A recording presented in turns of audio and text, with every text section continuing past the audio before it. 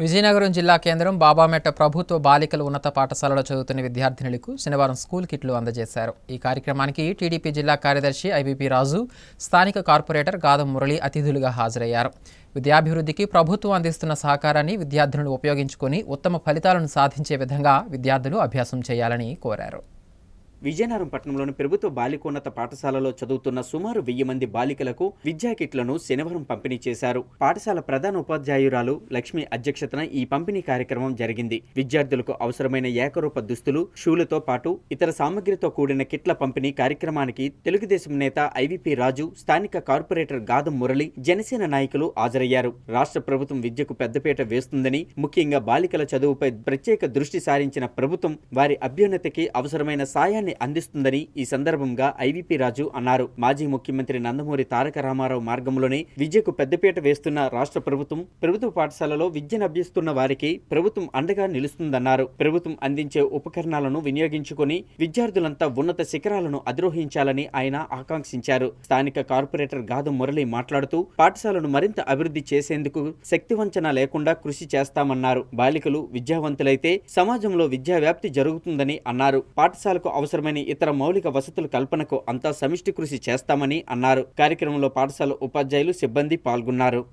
మెరుగైన విద్యా వైద్యం కూడా ఈ గవర్నమెంట్ లో చాలా ప్రతిష్టాత్మకంగా తీసుకున్నారు. మనకు కావాల్సింది పనిచేసే వ్యక్తులు ఎవరైనా పర్వాలే, వాళ్ళ కింద మనం తలంచి పనిచేయడానికి కూడా ఏ రోజు కూడా మనం జంకం. ఎందుకంటే నాకు కావాల్సింది ఏదో విధంగా పని జరగాలి. అందులో ఈ రోజు మహిళా స్కూల్ తో పాటు మనకు వచ్చే వ్యక్తి కూడా మహిళా ఎమ్మెల్యేగా రావడం మీ అందరి అదృష్టం, మా అదృష్టం. అందులో ప్రత్యేకంగా చెప్పడానికి వారికి ఫైనాన్షియల్ గా ఏ రోజు కూడా ఎక్కడ ఇలాంటి విషయాల్లో కూడా దూరకుండా నిజాయితీగా నిస్వార్థంగా పనిచేసే కుటుంబం. అటువంటి కుటుంబం నుంచి ఆ మేడం రావడం వల్ల మన ప్రాంతమే కాకుండా నియోజకవర్గం డెవలప్ అవడానికి అన్ని రకాలుగా అవకాశాలు ఉన్నాయి. ఎందుకంటే అటువంటి నాయకులు పనిచేయడానికి మన అందరం కూడా ఎప్పుడు కూడా సమిష్టి కృషిగా ఆయన కింద పనిచేస్తాం. అదే కాకుండా ఇందాక మేడం గారు చెప్పేటట్టుగా ఈ స్కూల్ డెవలప్ అవడానికి టీచర్లు మ్యాక్సిమం టీచర్లు మీరందరూ సమిష్టి కృషి, మీ అందరిది మాకన్నా మీదే సమిష్టి కృషి. మేము లీడర్స్ వస్తుందో ఏదో చెప్తాం కానీ మీరు పూర్తిగా మన పిల్లలు అనే బాధ్యతగా మీ టీచర్లు ఎవరైతే ఉన్నారో, మహిళా టీచర్లు కానీ జెంట్స్ ఎవరైతే ఉన్నారో మీరు బాధ్యతగా ప్రత్యేకంగా ఉండబట్టి ఈరోజు స్ట్రెంగ్త్ పెరగడం, స్కూల్ కి మంచి గౌరవం వచ్చిందంటే కేవలం మీ యొక్క క్రెడిట్. అది గతంలో ఈ ఏరియాలో డెవలప్ అవడానికి కానీ మన స్కూల్ డెవలప్ అవడానికి కానీ మేము పార్టీలు వేరైనా మా అందరూ కుటుంబ సభ్యులే.